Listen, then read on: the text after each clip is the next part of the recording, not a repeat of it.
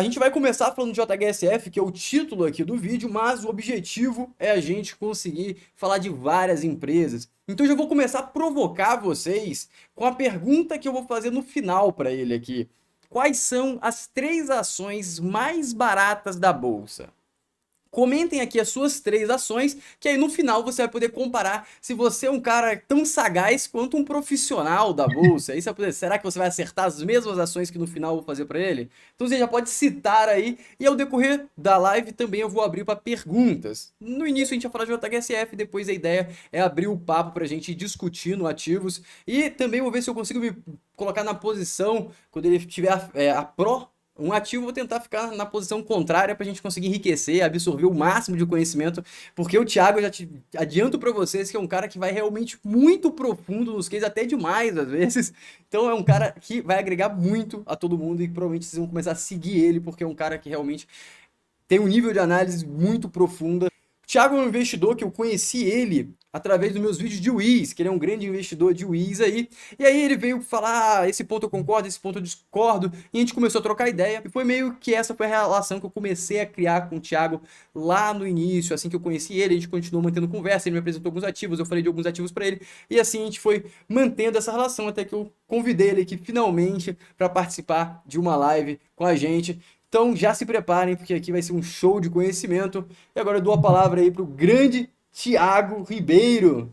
Esse Pro é de profissional, tá bom? Que eu coloquei investidor Pro.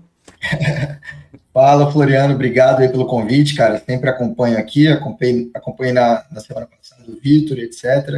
Você faz um trabalho bem legal, né? Gostei muito da época lá que se chamava o Everton para conversar, o Guilherme, e depois você começou a chamar outros executivos.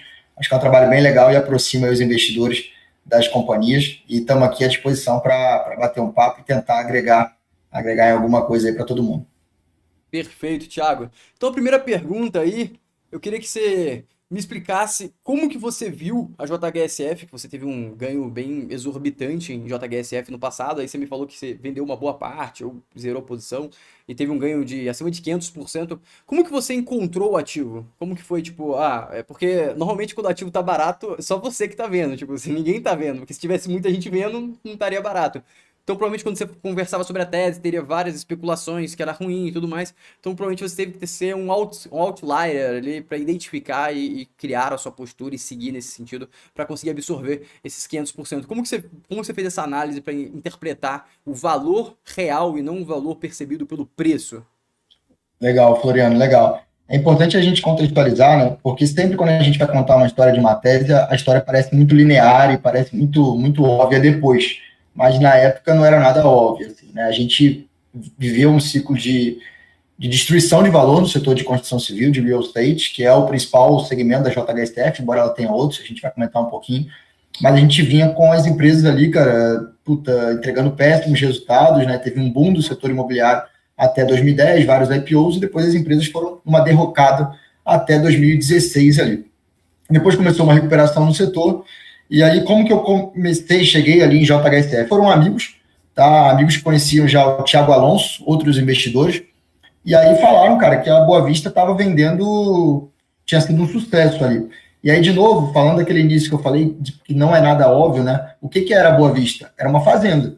Basicamente, era o principal projeto de incorporação da companhia, e era uma fazenda que virou o sonho de consumo de toda a classe A paulistana, mas na época era uma fazenda. Então, hoje em dia, o terreno na Boa Vista, gente, vale 2 milhões de reais, tá? 2 a 3 milhões de reais. E na época estava como se fosse uma fazenda no balanço. Então, você não via muito valor ali.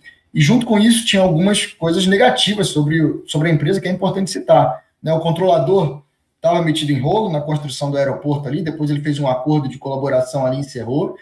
Tinha uma dúvida sobre a capacidade de alocar capital na companhia, porque eles enterraram muito dinheiro no aeroporto, que está começando a gerar retorno, começou a gerar retorno no ano passado, e agora está tendo um fenômeno de alavancagem operacional. Tá? Então, o que mantinha a companhia era a parte de shoppings, a parte de hotelaria, que é pouco representativa no resultado, só que a parte de incorporação tomou uma proporção gigante ali. Tá? Então, o que fez eu estudar a JHSF foi amigos comentando que estava tendo um sucesso ali, então informações de pessoas que consumiam ou conheciam gente que consumia o produto dela, e aí depois eu fui estudar profundamente a companhia, tive algumas conversas com o Thiago, com a Mara, diretor de RI, e fui me aprofundar na tese, e tinha pouca gente que cobria, é verdade. A ação nessa época estava 1,40, 1,50, e aí começou todos os segmentos dela irem bastante bem.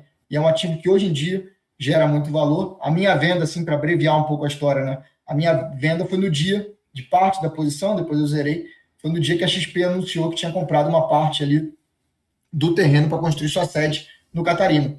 E aí eu vendia, antes de bater 10% de alta naquele dia, vendia 8,50, R$ 9, algo assim. Então foi um ganho que juntou porcentagem, mas também foi um ganho bacana para mim, que eu estava no sizing certo da posição. E isso é muito importante. Às vezes a gente acerta, mas acerta pequeno. Então quando a gente acerta grande e tem o sizing correto, se dão as grandes porradas. E para você ter um sizing grande de uma posição, você tem que ter bastante profundidade e entender muito do que é isso, porque senão você pode ter uma perda permanente de capital e te prejudicar na tua trajetória aí. Para quem não sabe, Thiago Alonso e a Mara é a diretora de RI, se eu não me engano, e Exato. o Thiago Alonso é o CEO. E já dou um spoiler para vocês que já temos live marcada com os dois. Vou fazer a live com o CEO da JHSF e com a Mara. A gente está vendo a última data. E a gente já tem a data, ô Rodrigo? Acho que já tem a data, eu acho até. Acho que é dia 24, se eu não me engano. Beleza.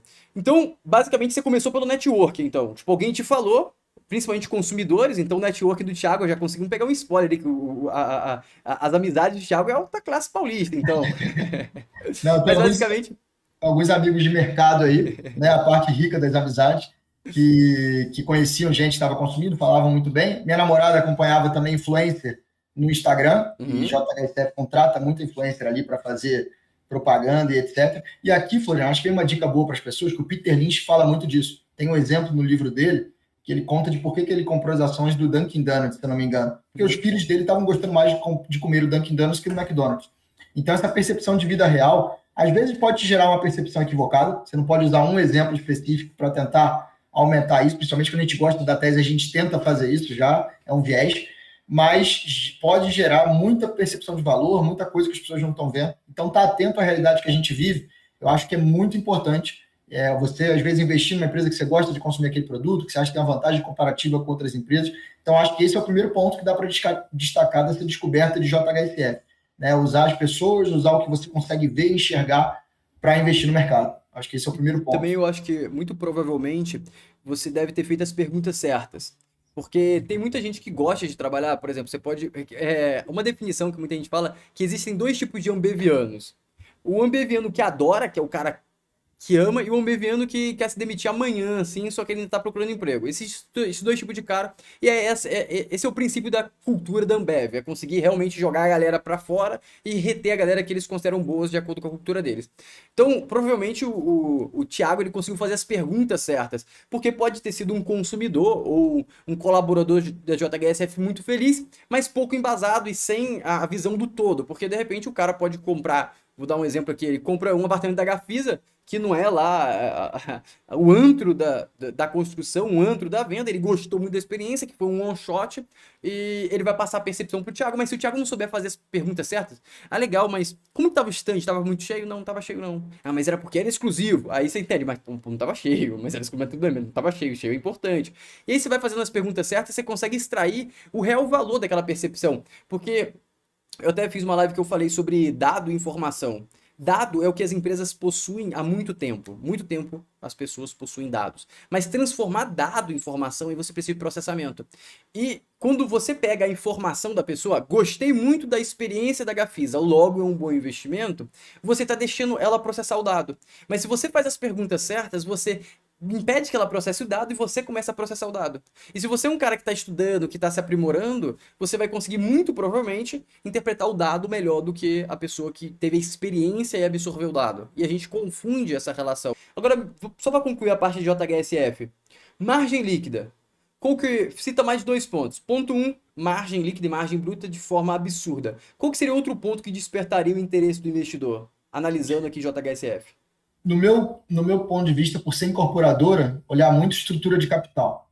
Tá? A incorporadora tem um risco muito grande de endividamento. Então, você tem que ver quanto de estoque a companhia tem, quanto de recebível a companhia tem já para receber, quanto de dívida a companhia tem, quanto ela gera de caixa. Porque negócio de incorporadora, por ser um negócio altamente cíclico, e antes tinha a questão até dos distratos, né, que a pessoa podia devolver ali, muitas ficavam pelo caminho. Então, entender a alavancagem é é uma coisa que eu gosto bastante. E hoje em dia a JHSF aí é uma empresa que consegue recomprar a ação, pagar dividendo, crescer e ter dívida líquida quase zero ali, porque a dívida dela é basicamente recebível. Tá? Então é Perfeito. uma coisa E importante. até para acrescentar que o recebíveis da JHSF é um recebível de alta qualidade, né? Exatamente. É uma Isso. qualidade absurda. Então, se eles quisessem adiantar esse capital, provavelmente eles teriam uma perda não tão grande assim, adiantamento. Porque a qualidade da dívida é muito grande. Esse é um ponto bem Sim. interessante.